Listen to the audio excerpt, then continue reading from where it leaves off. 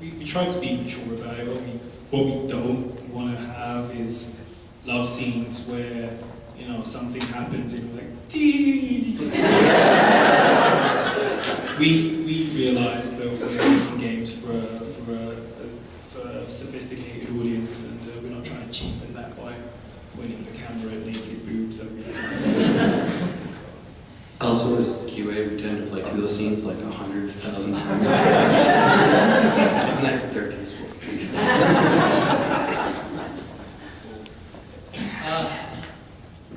The dude in the gray hoodie there.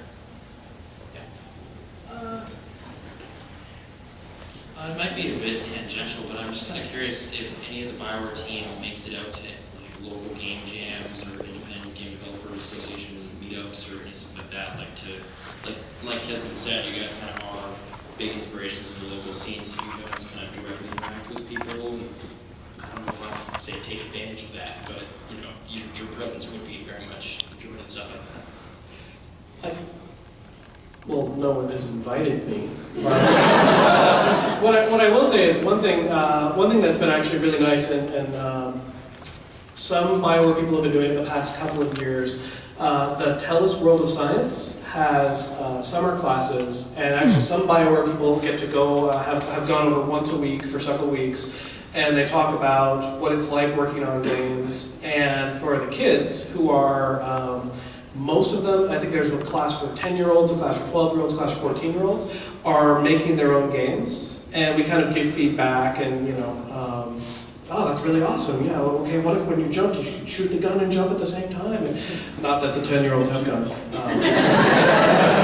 Energy blasts of light or something. But being able to do that has been really, really nice.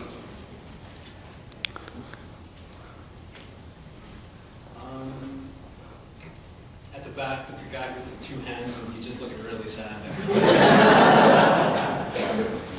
The guy with the two hands, supposed to on the floor. Hi. Between Mass Effect 1 and Mass Effect 2, the RPG mechanics were kind of streamlined. Was that a conscious choice, or was that more of you wanted to appeal to a larger audience? I don't think it was an appeal to a larger audience decision. It was more of like we wanted the gameplay to be much more smooth in ME2 than we did in ME1. That was really where it all began. And a lot of the design decisions that came around that were based on that primary focus of like, okay, the gameplay was fairly sluggish in ME1. That was one of the concerns that a lot of people had. And you know, we wanted to focus our efforts on that. Like that was a big chunk of work to take on if we ever wanted to get ME2 out. And so, you know, any other things in terms of, you know, specific inventory and customization, things that were lost in ME2 were a result of really streamlining the gameplay and really not having enough time to put, you know, all the customization stuff back in. For ME3, I think we brought a lot of it back where, you know, although you didn't have inventory, you had a lot more customization options, a lot more weapon customization, stuff like that. So we tried to bring some of that stuff back into ME3.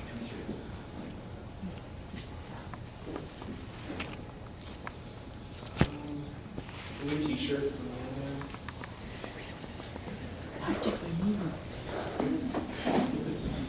If we don't get your question, it's just because too many people are asking questions, so you're gonna have to like convince other people to stop asking questions. What is your favorite technical glitch in Mass Effect 3?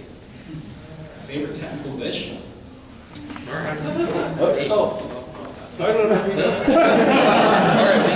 I got one.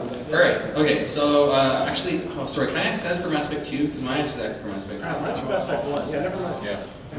Okay, No, let's open it up. Let's do it. Let's change the question dynamic. Alright, so I'm going to do Mass Effect 2. Okay, so Mass Effect 2 this is actually a combination of two bugs. So we, the one bug was, we came in the morning and found that everyone in the entire game, all characters, were hit reacting over and over and over again. So it looked like, so every conversation, which was very serious conversations, everybody's doing this little dance. And then, to make it even better, next day we come in and one of the developers had made us a change to the appearance system that required all the designers to go in and re-hook up all the clothing. And if they didn't, the character was naked. So for about a day, we had all characters naked, dancing.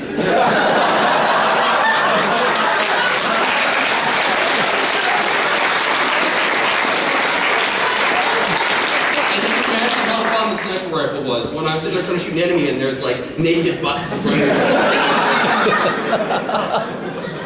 It happens more than you would really see. Sometimes I've seen texture bugs that just go absolutely crazy. So you have a female texture that has a lot of skin showing put onto a male character for some odd reason. Their appearances get all messed up in the engine. And you turn around and you go down. There's a cinematic with somebody, and then all of a sudden you're like, "Wow, you should not be wearing that." Mine is less titillating, but sadly. On Mass Effect 1, there was this crazy bug. It was in Ilos. I was walking through the caverns. You remember in Ilos, it's like the dark, and then you've got the shafts of sunlight coming through. And I would walk, and I would get stuck. And I would find a bug and go like, well, obviously there's like some stupid rock or something that's blocking my path. And then we'd go like, no, we tested it, not there. No, it's okay, well, no, it doesn't work there. No, okay, it doesn't work there. We eventually figured it out, and it's the most weird esoteric thing. The sunlight had collision. And, you know, it's like, you learn the weirdest things working on a new engine. You're like, wow, the shaft of sunlight, Shepard was bouncing off it, taking cover on moonbeams. On Mass 3, there was a brief period, it was quickly corrected. So whenever Shepard looks, or whenever anyone looks at someone else, the cine designers clean it up and make it not stink, but it starts out as this automated process where they look at the last person who spoke. But for a brief period of time, instead of the eye contact wasn't working, and so Shepard would just look at people's crotches. And so you can have like these incredibly sad moving scenes like, Morty, I'm sure you should go. We're probably going to be a ship like that. Sometimes we couldn't fix that for days. That was actually my fault.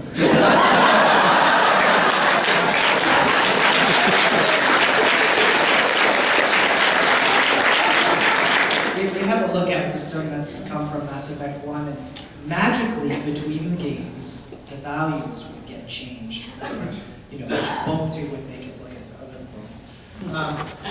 And for some reason, on its way into Mass Effect 3, that happened. And that wasn't the only problem. Occasionally you'd get like crazy exorcist head. Shepard would walk past somebody and they just keep watching. That sounds awkward. Actually, to continue on with the look-at system, so in Mass Effect 1, I'm kind of simplifying this a little bit, but the left eye would look at the opposing person's right eye, and the right eye would look at the left eye, basically so that you would just be staring straight forward, and it created this really kind of eerie look in a couple of scenes.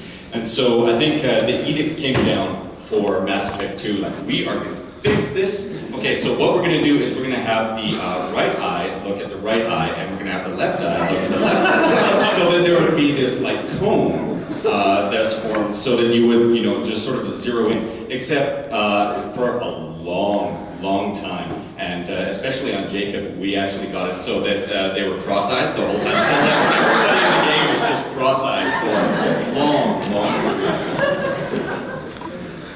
It's gone full circle. So for my favorite bug from ME3, at the very end, so we have issues sometimes with we fixed it, but we have issues with the audio buffer sometimes. So certain gunshots and effects will basically be buffered, and they won't actually release it until later on. So at the very end of the game, you make a decision. If you choose the destroy ending, you have to shoot at the congo piece there. And a lot of people shoot, and if you spam the button, there's a chance that one of the audio effects may get buffered in and not play.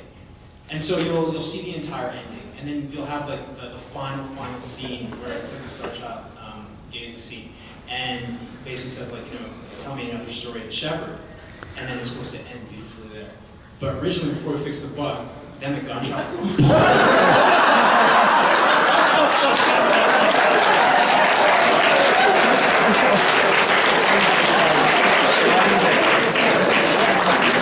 So that one actually, it stuck around for a lot longer than it should have because of the comedic value that it brought to it. have 2 more questions, so. Stand up. Stood up. Just stand up, man. It's okay, just yell at them. Okay, I love the game a lot. I want to win a prize, so it'll be the best question I can think of. You have got a beautiful world that you've created. Diversity, racial tensions, politics. What Canadian or Edmonton influences brought that in when you put it together? It's all you imagine. I only just got citizenship.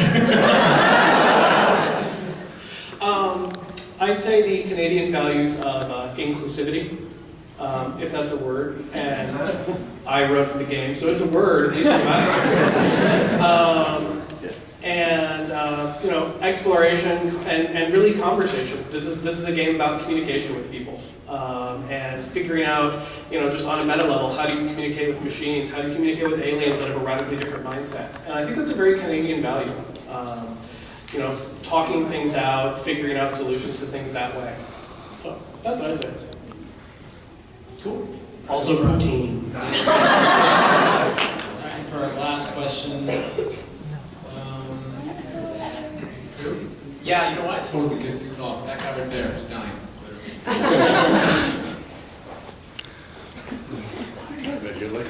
It's okay. Everyone else can hear me then. So clearly you have a very large fan base. Everyone here, everyone who didn't show up loves the game, loves Bioware and Mass Effect. But if you go to some places on the internet, you see communities who actually hate Bioware and they hate Mass Effect and they can only speak negative things about it. You know, they voted for worst game of the year, worst fan base of the year, and so I'm wondering how you sort of... Are you looking for a prize or something? He's not doing very well so far. It's a really good one to end on. I'm part of the people who love you, don't worry, that's why I'm here. But I see a lot of people who don't, and I want to see sort of how you react to that and respond to the people who can only, they kind of put on blinders and they only focus on the bad things. You know, what can you say to them? We have fairly thick skins. Once you kind of put yourself out there like that, and you give people forums and the opportunity to comment, you know, everybody's going to give their opinion, whether it's positive or negative. So after working on a project for 2 or 3 years and doing a lot of overtime, lots of sleepless nights, crunching and all sorts of stuff, we do it because we love it. So we take all the good feedback that comes in, and we kind of hold on to that. And then the negative stuff, we do read most of it and, you know, kind of talk about whether it's worth giving a response back to or not. But we're... I even shut my phone off, Jim. No, but we try not to pay too much attention to the negative stuff because it can really get you down, especially after you put some track work into something. I think it's a fairly almost good metaphor for life in general, because anything you want to do that is going to garner attention, it's going to garner both positive and negative. So the alternative is not make anything, which, I mean, you miss out on a lot by not just diving in and seeing what you can do. So do the best you can. If you're happy with it, throw it out there, see if anyone else likes it. There's always going to be someone that doesn't, but try and filter out the constructive, critical things out of there. And a lot of people are just going to hate on things regardless of what it is, so that's where the thick skin comes in. But if you never try, you never get feedback, but then you don't get something cool like this in the end. I actually